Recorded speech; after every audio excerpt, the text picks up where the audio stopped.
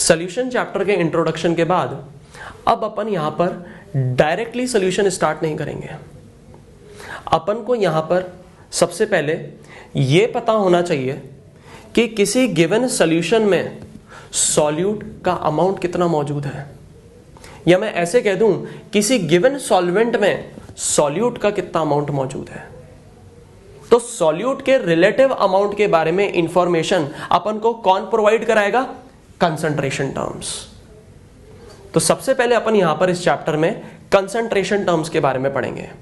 तो जितनी भी कंसंट्रेशन टर्म्स अपने सिलेबस में है यहां पर अपन को सारी देखनी है, और इसके बाद अपन सॉल्यूशन चैप्टर शुरू करेंगे। अब अगर मैं कंसंट्रेशन टर्म्स की बात करूं तो कंसंट्रेशन टर्म्स क्या डिटरमाइन करता है कि किसी गिवन सॉल्यूशन या सॉल्वेंट में सॉल्यूट का कितना रिलेटिव अमाउंट मौजूद है। तो सॉल्यूट के रिलेटिव अमाउंट के बारे में इंफॉर्मेशन कौन देता है? Concentration terms. तो कंसंट्रेशन टर्म को मैंने यहां पे डिफाइन करा है, it determines the relative amount of solute present in solvent और सॉल्यूशन। तो सबसे पहले यहां पर अपन कंसंट्रेशन टर्म पढ़ेंगे परसेंटेज के टर्म्स में। तो फर्स्ट मैंने लिख रखा है concentration terms in terms of percentage.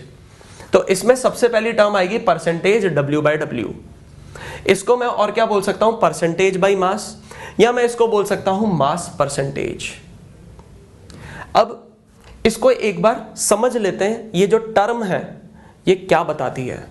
Term देखते ही आपको इंफॉर्मेशन मिल जाएगी बहुत सारी चीजों के बारे में। अब आप खुद देखिए, ये लिखा है W/W। तो W का मतलब क्या होता है? वेट या मास। आपको पता है कि अपन क्या पढ़ रहे हैं? केमिस्ट्री पढ़ रहे हैं। फिजिक्स में वेट और मास अलग अलग होता है, पर केमिस्ट्री में वेट बोलो या मास एक ही बात है। तो आप खुद देखिए, जो न्यूमरेटर में है वो क्या है? मास वाली टर्म है, डिनोमिनेटर में भी मास वाली टर्म है। तो अपन एक रफ डायग्राम बना सकते हैं फॉर्मूले का कि न्यूमरेटर में कौन सी टर्म? मास वाली। डिनोमिनेटर में कौन सी टर्म? मास वाली। तो अगर मैं इस फॉर्मूले की बात करूं तो फॉर्मूला क्या हो जाएगा? परसेंटेज W/W का mass of solute in gram upon mass of solution in gram into 100। 100 से मल्टीप्लाई इसलिए कर रहे हैं क्योंकि परसेंटेज वाली टर्म है। अब ये जो कंसंट्रेशन टर्म है ये क्या पता लगाती है? सॉल्यूट के रिलेटिव अमाउंट के बारे में इंफॉर्मेशन देती है। अब रिलेटिव अमाउंट किसका है? सॉल्यूट का। तो न्यूमरेटर में कौन सी टर्म आएगी? सॉल्यूट वाली। सॉल्यूट किस में मौजूद होगा? सॉल्यूशन में भी हो सकता है, सॉल्वेंट में भी हो सकता है। तो डिनोमिनेटर में हमेशा कौन सी टर्म आएगी? सॉल्यूशन भी आ सकती है और सॉल्वेंट भी आ सकती है।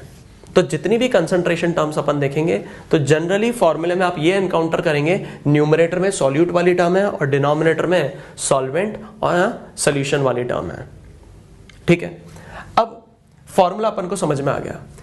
मैंने यहां पे लिख दिया 10% W/W H2SO4 सॉल्यूशन।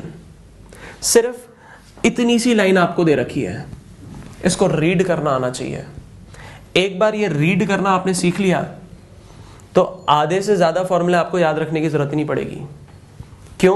क्योंकि जब आप आगे आएंगे इस चैप्टर में तो आप क्या देखेंगे? Relation between different concentration terms. यहां पर अपन कंसंट्रेशन टर्म पढ़ेंगे मोलारिटी, मोलालिटी, नॉर्मेलिटी, परसेंटेज वाली concentration terms, strength, mole fraction.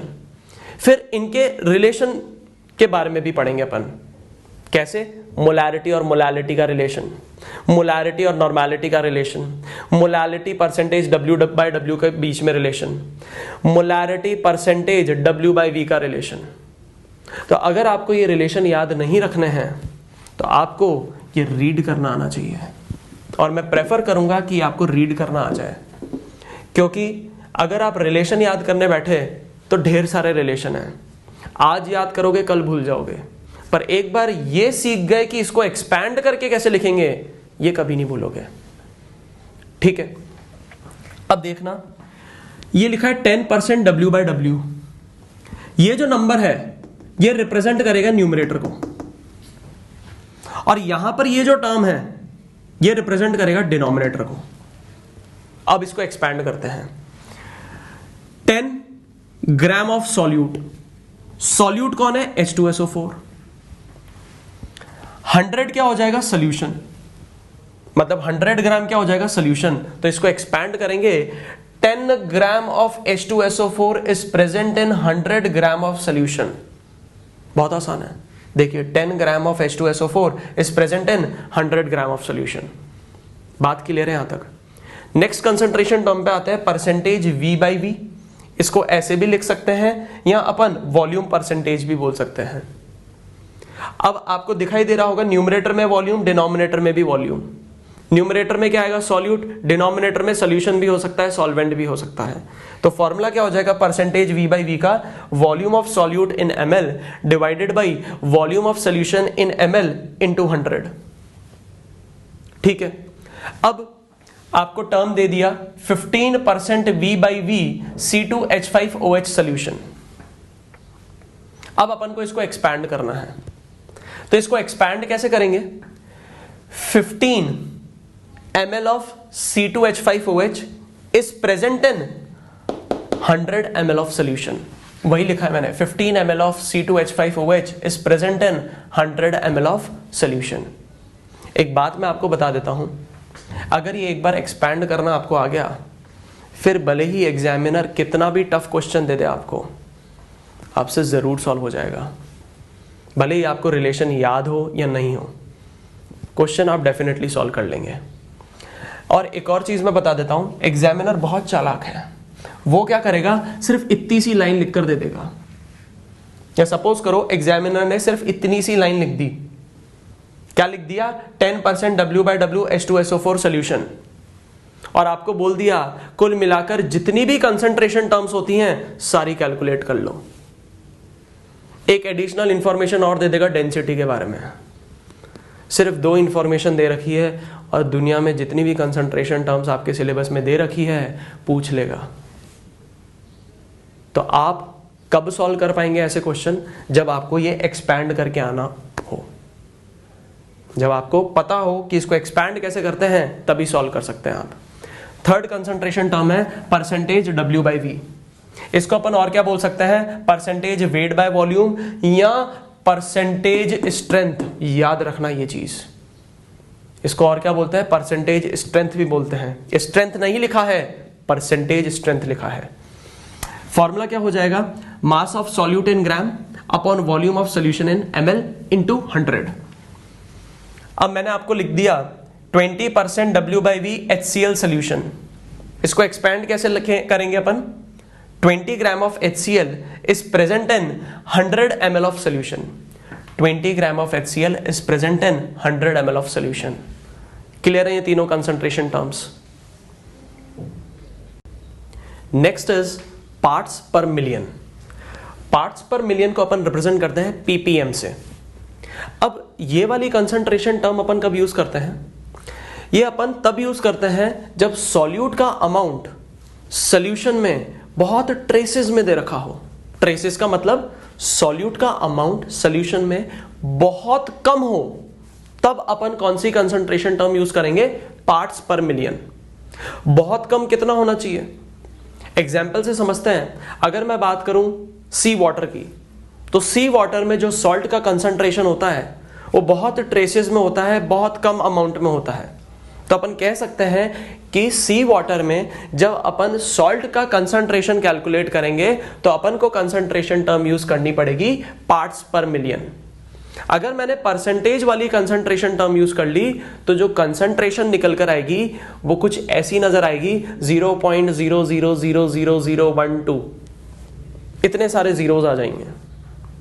अब अगर ऐसी कंसंट्रेशन टर्म्स आएंगी 0.000012 तो बोलने में भी दिक्कत होगी, समझने में भी दिक्कत होगी और सुनने में भी दिक्कत होगी।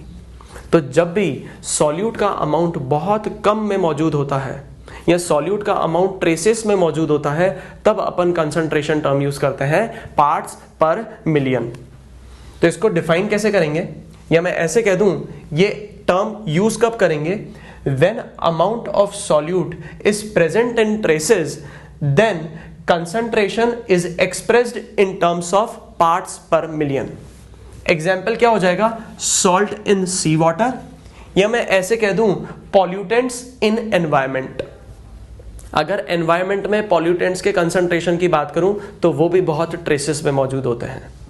तो अगर मुझे सॉल्ट का कंसंट्रेशन निकालना है सी वाटर में या पॉल्यूटेंट्स का कंसंट्रेशन निकालना है एनवायरनमेंट में, तो मैं नॉर्मल कंसंट्रेशन टर्म्स यूज नहीं करूंगा, मैं परसेंटेज वाली कंसंट्रेशन टर्म्स यूज नहीं करूंगा, मैं कौन सी कंसंट्रेशन टर्म यूज करूंगा, पार्ट्स पर मिलियन वाली कंसंट्रेशन टर्म यूज करूंगा।